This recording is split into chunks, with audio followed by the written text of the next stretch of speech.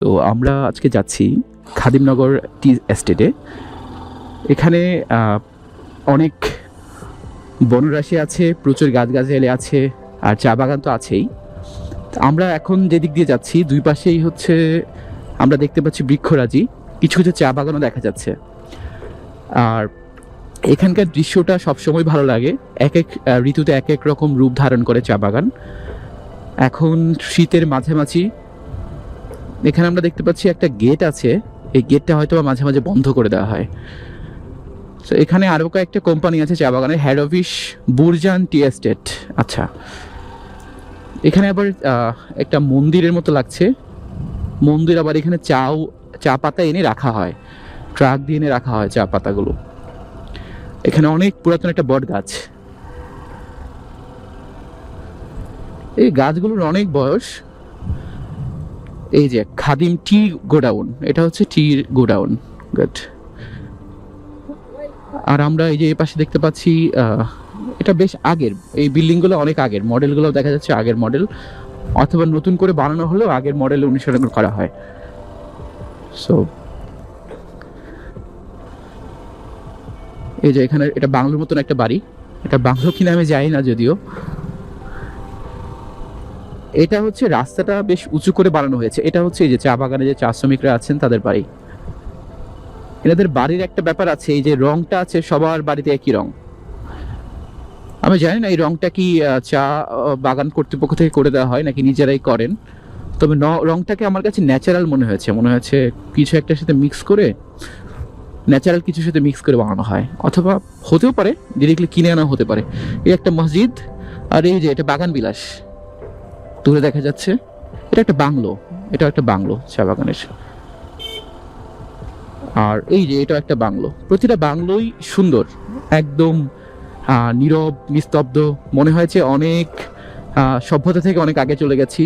এই যে এই বাংলোটাও সুন্দর, সামনে হচ্ছে একটা গাড়ি বারান্দার মতন। এই বাংলোটা হচ্ছে বাঁশের বেড়া দেওয়া আছে সামনে। এখানে লোকজনেরা থাকে কিনা জানি না, সম্ভবত থাকে। এই যে আমরা এখন দুইটা রাস্তা গেছে, বাম দিকে একটা রাস্তা, ডান দিকে একটা রাস্তা। সো এইদিকেও যাওয়া যায়, আবার এদিকেও যাওয়া যায়। এদিকে হচ্ছে আমি পিচ পাবো, আর ওইদিকে মেঠো পথ। এখানে সবগুলোই হচ্ছে চা বাগানে যারা কাজ করেন তাদের বাসা। ছোট ছোট দোকান আছে কিছু। একটা সময় ছিল তখন শুধু চা শ্রমিকেরা শুধু সাঁওতাল কিংবা বিভিন্ন জায়গা থেকে চলে আসা যে আদিবাসী, ওনারাই ছিলেন। এরপরে অনেক বাঙালি এখানে ইনভলভ হয়েছে চা শ্রমিকের পেশায়। তবে তারপরও ওই জাতিগুলো, আদিবাসী জাতিগুলোই বেশি চা বাগানে, অর্থাৎ সাঁওতাল পাওয়া যায়, আরও অন্য কয়েকটা জাতিও পাওয়া যায়। আর চা বাগানের শ্রমিকদের হচ্ছে এই যে চা বাগানের শ্রমিকদের যে ব্যাপারটা হচ্ছে, এটা হচ্ছে এনারা হচ্ছে চা বাগান এবং চা বাগানের আশপাশ এরিয়া ছাড়া ওনারা অন্য এরিয়া যেতে খুব একটা কমফর্ট ফিল করেন না। সো এনাদের জীবন হচ্ছে চা বাগানের ভিতরে সীমাবদ্ধ।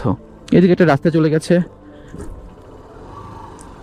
এই যে আমরা দেখছি চা পাতা নিয়ে আসছে সম্ভবত, হ্যাঁ চা পাতাই ফিল করা।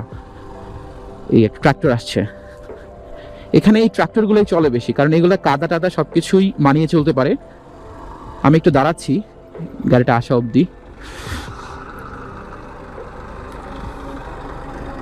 এই যে চা পাতা নিয়ে আসা হয়েছে, এখন হচ্ছে আমি আবার চলে যাচ্ছি। এখানকার রাস্তাটা কিছুটা পিচ, তারপর আবার আসলে মেঠো পথ, সামনে গিয়ে আবার আমি কিছুটা পিচ পাবো হয়তোবা। এই যে চা বাগানের সীমানা আমরা ঢুকে গেছি অলরেডি। এই হচ্ছে চা বাগানের সীমানা। আকাশটা সুন্দর লাগছে অনেক, আকাশটা অন্য দিনের চেয়ে বেশি নীল। পাহাড়ে এই ব্যাপারটা হয়, আকাশ সাধারণ আকাশের তুলনায় অনেক বেশি নীল থাকে, পরিষ্কার থাকে। এখানকার আকাশ আজকে এরকমই মনে হচ্ছে, একটা ছোট লাইন চলে গেছে মেঘের, এটাও দেখতে ভালো লাগছে, মনে হচ্ছে স্বর্গের সিঁড়ি মেঘের উপর দিয়ে, আকাশের মাঝ দিয়ে চলে গেছে স্বর্গের একটা সিঁড়ি। আমার দুই পাশে কিন্তু খাদ, এটা বেসিক্যালি ছড়ার যে লাইনগুলো আছে, পানিগুলো আসে বাগানের পানিগুলা। আর আমরা জানি চা বাগানে চা পাতা, বিশেষ করে চা গাছ যে হয়, এটা হচ্ছে খাড়াই পাহাড় যেগুলো আছে এগুলোতে বেশি হয়, অর্থাৎ যেখানে পানি জমে থাকে না, পানি প্রবাহিত হয়ে চলে যায়। এই যে নতুন চা পাতা ফুটেছে দেখা যাচ্ছে।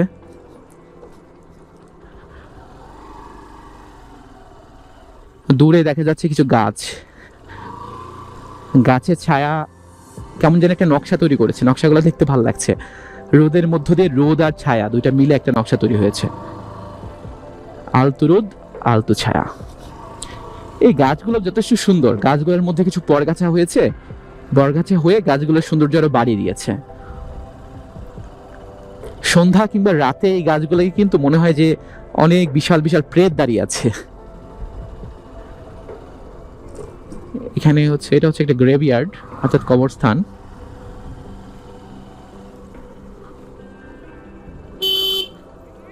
চা বাগানে যে চা শ্রমিকেরা আছেন এদের বেশিরভাগই হচ্ছে সনাতন ধর্মাবলম্বী, আর অন্য ধর্মেরও কিছু লোক আছে। চা বাগানে যখন আপনি ঢুকবেন তখন এখানকার যে গন্ধটা এটা একদমই ডিফারেন্ট। এই গন্ধের মধ্যে মাটির একটা গন্ধ আছে, চা বাগানের গন্ধ আছে, পুরাতন যে গ্রামের যে একটা গন্ধ পাওয়া যায় গেউ গেউ একটা গন্ধ, এই গন্ধটাও আছে। এটা একটা মসজিদ, মৃত্যুঞ্জয় জামে মসজিদ।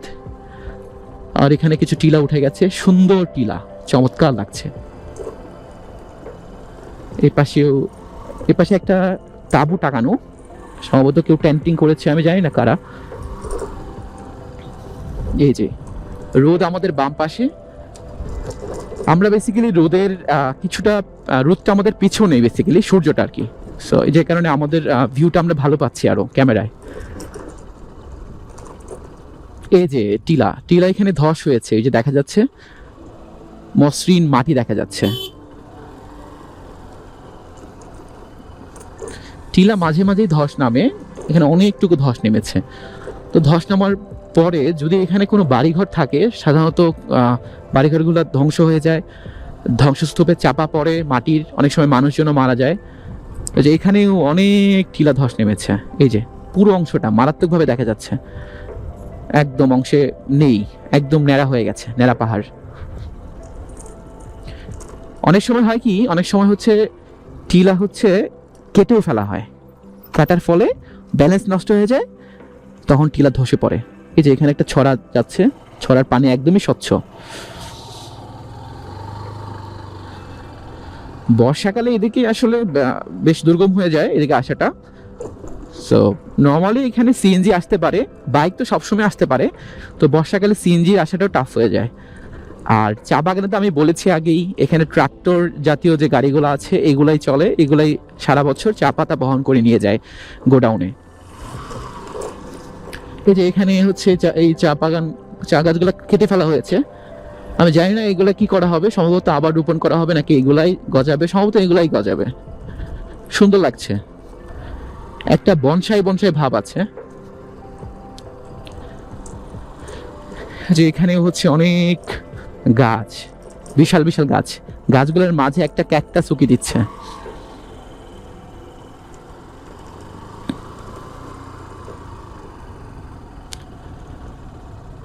এখন দুপুর 2:40, মধ্য দুপুর পার হয়ে গেছে, অনেকক্ষণ হয়েছে।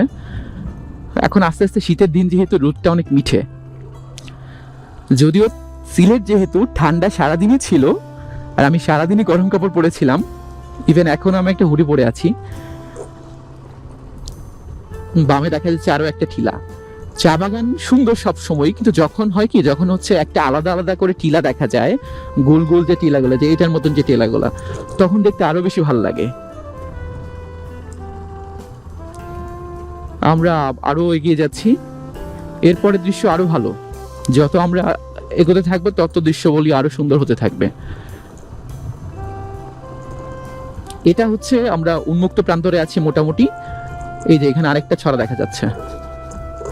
সো এখানে কজন মানুষ মাছ ধরতেছেন, কি মাছ আমি জানি না, যদিও আমি কাছেও যাচ্ছি না যেহেতু সময় স্বল্পতা আছে আমার।